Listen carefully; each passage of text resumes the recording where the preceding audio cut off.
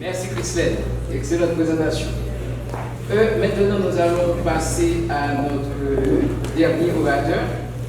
Il détient un diplôme de Master 2 en développement agricole et rural de Montpellier Subagro, une licence de l'Université Notre-Dame d'Haïti où il enseigne d'ailleurs l'agroécologie et l'agroforesterie. J'appelle Wilness Clément.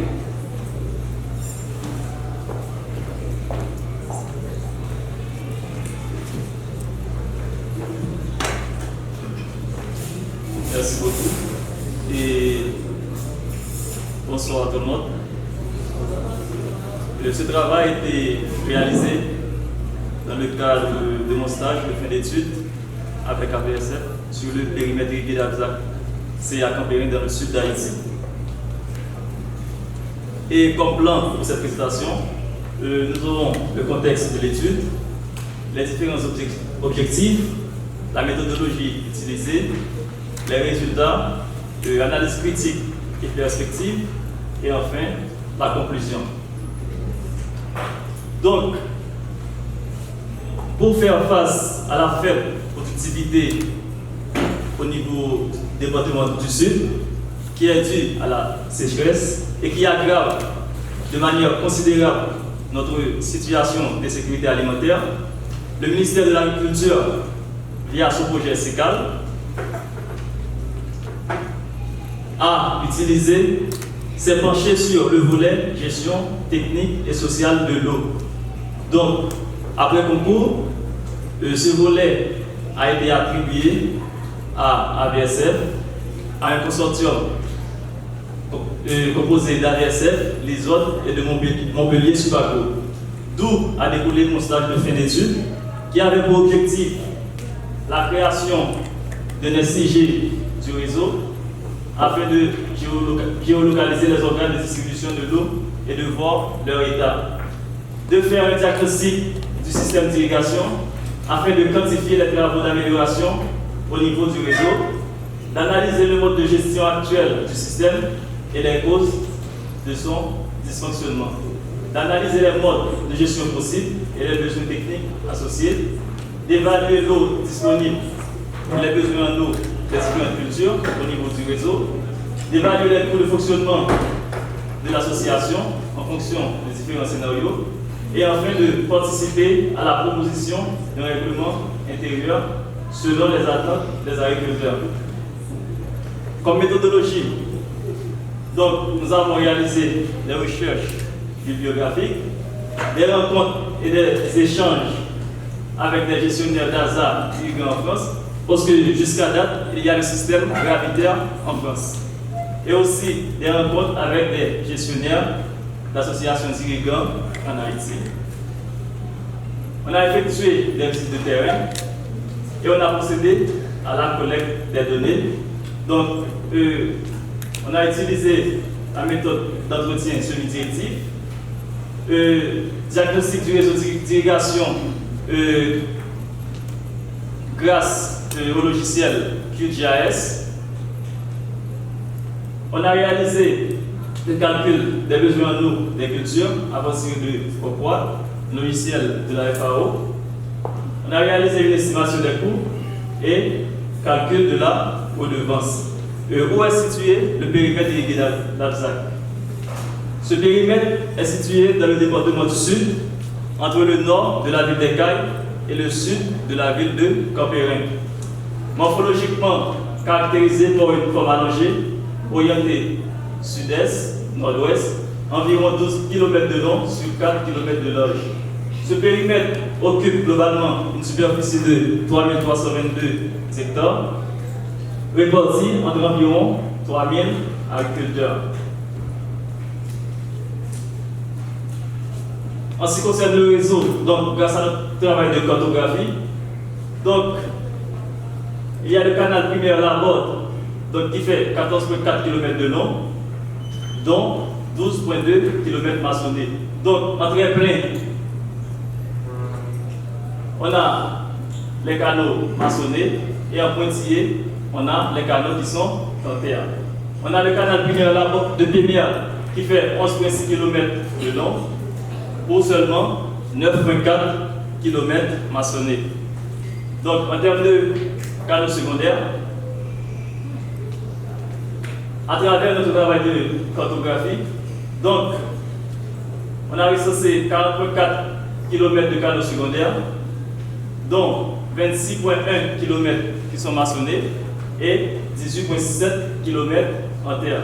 Donc, de même, pour les canaux secondaires, en très-plein, on a les canaux qui sont maçonnés et en pointillé, on a les canaux qui sont en terre. En ce qui concerne les vannes au niveau de ce réseau d'irrigation, donc, on a utilisé 3 codes de couleurs. Donc, en vert, on a les vannes en état qui sont recensées sur le réseau. En jaune, les vannes qui méritent des réparations. Et en rouge, là où il y a des débords de canaux où il n'existe pas du tout de vannes. En termes de superficie arrosée pour ces deux canaux primaires, donc on a le canal primaire Laborde qui arrose 1305 hectares et le canal primaire Pébière qui arrose 1236 hectares.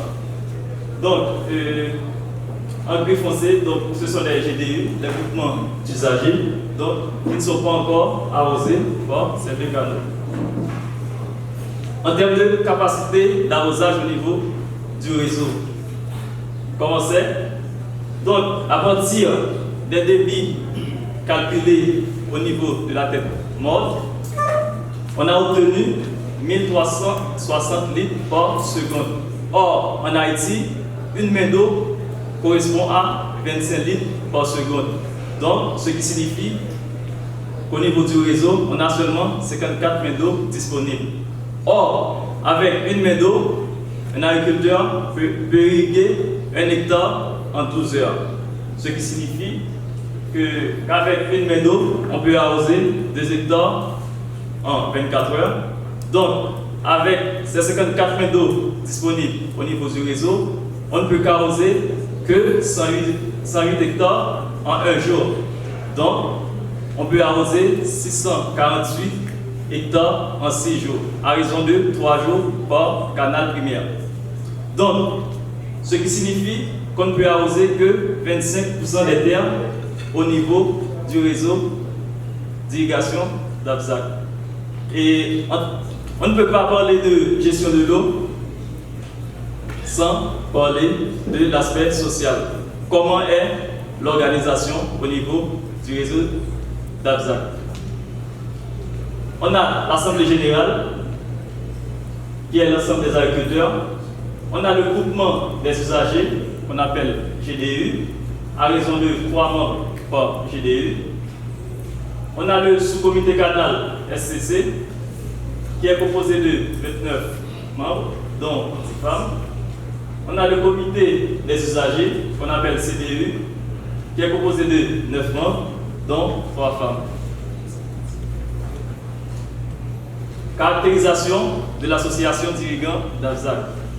En termes de normativité, donc l'association n'a pas de statut, pas de règlement interne et de fonctionnement. Ils n'ont pas de règles tarifaires au niveau de l'association. En termes de légitimité et de représentativité, donc il n'y a jamais eu de transfert de gestion pour cette association et l'attestation de reconnaissance est caduque et n'a pas été renouvelée. En termes d'opérationnalité, donc il existe même des irrigants au niveau du périmètre irrigué d'Abzac qui ne sachent même pas qu'il y a une association qui gère le périmètre. Et il n'y a pas aussi la capacité locale de maintenance. Il n'y a pas de curage au niveau des canaux, que ce soit les canaux primaires, secondaires ou tertiaires. Quels sont les besoins en matériel? Donc, au niveau du réseau, on a 13 prises sur les canaux secondaires, c'est-à-dire des déports pour les canaux, sur les canaux primaires, c'est-à-dire des déports pour les canaux secondaires. Donc, on a recensé 13 prises qui nécessitent des vannes. Et en termes de portiteurs, donc sur les canaux secondaires, on a pu opérer 5 au total, 3 sur le canal primaire et 2 sur celui de la Bode. Et au niveau de ces portiteurs, donc, il n'existe pas du tout de vanne. Or, si on veut parler de gestion de l'eau, pour une bonne distribution, donc, il faut qu'il y ait des vannes pour pouvoir contrôler cette distribution. En termes de personnel et leur rôle, donc, en ce qui concerne les rôles, donc, on n'a pas proposé quelque chose à l'association, mais ça a été fait grâce à une approche participative. Donc, on avait utilisé la méthode commode. On a besoin des vanniers pour l'entretien des vannes, pour la fermeture et l'ouverture des vannes de canaux secondaires. On a besoin de la police de l'eau pour leur irrigation, pour surveiller l'infrastructure et aussi constater et dresser des procès-verbaux contre toute personne qui détourne l'eau au niveau du réseau. Ils ont aussi besoin d'un président et d'un trésorier GDU pour l'ouverture et la fermeture des vannes, pour la collecte de la redevance. Donc, pour parler d'une bonne gestion, il faut qu'il y ait une collecte pour la maintenance au niveau du réseau. Aussi pour l'organisation de l'entretien des canaux tertiaires et quaternaires.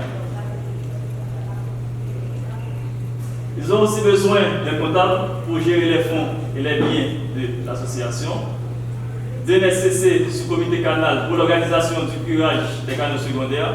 Donc pour une bonne distribution, il faut que les canaux soient curés chaque instant. Et pour une bonne définition des taux d'eau. Ils ont besoin d'un CDU pour la supervision du comptable, des vanniers de la police de l'eau, en quelque sorte pour contrôler les autres instances.